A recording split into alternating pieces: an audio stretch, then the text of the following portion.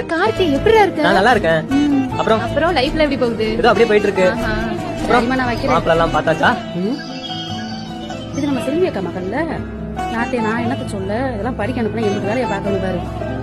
எவனே தெரியல, அவனை கையை குடிக்க வேற சிரிச்சு சிரிச்சு பேசிக்கிறா. நானத்த சொல்ல, இதெல்லாம் படிச்சு இப்ப தாய் தகப்பன் பேரை காப்பாத்துன்னு பார்த்தா நார வச்சு போடுங்களாட்டு இருக்கு. மூஞ்சி முக கட்டையும் பாரு, பொம்பளை பிள்ளை. சை.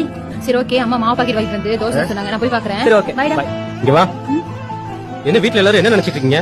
உங்க அப்பா காசு வாங்கிட்டு போன் பண்ணா போன் எடுக்க மாட்டேன்றான். நான் அடுத்த மாசம் தரேன். நீட்டி காசு வாங்கி திங்கும் போது நல்லா இருந்ததா? இங்க பாருங்க, தேவையில்லாதெல்லாம் பேசாதீங்க. அதான் அடுத்த மாசம் தரேன்னு சொல்றேன்ல. சோத்துல உப்பு போட்டு தான் திங்கிறீங்களா இல்ல வேற எதனாவது யோ, திங்கிறீங்களா? உனக்கு அவ்வளவுதான் மரியாதை. சோறு கீழ் பேசுற வச்சுக்காத. வயசுல மூத்தவன் கூட பார்க்க மாட்டேன். சை, என்னதான் ஆளுங்களும். ஒன்னா இது கொஞ்சம் கூட வயசு வித்தியாசம் பேசிட்டு இருக்கு. பாக்க அவங்க அப்பா மாதிரி இருக்கு, அவரை போய் இப்படி பேசிட்டு இருக்கா. நான் கூட என்னமோ நினைச்சேன். சரி. ஏய் ரேஸ்மா. ஏய் ஏன் அழுவுற? இல்லனா அப்பா ஒருத்தர்கிட்ட பணம் வாங்கிட்டாரு. அதுக்கத்தான் டைட்ல கொடுக்க முடியல. ரொம்ப தப்பா பேசிட்டாங்கண்ணா. சரி வரேண்ணா. சரிம்மா பாத்து போ, கால் பண்ணு.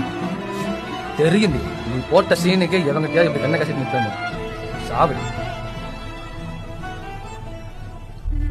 இதாங்க உலகம்.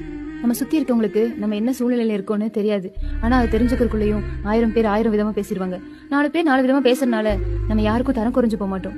நம்ம வாழ்க்கையில எது சரி எது தப்புங்கிறது நமக்கு தான் தெரியும். ஆனா ஒரு உண்மை என்னன்னா, நம்மளை பத்தி தெரியாதவங்க நம்மளை புரிஞ்சுக்கலன்னா வருத்தம் இல்ல. ஆனா நமக்கு தெரிஞ்சவங்களே நம்ம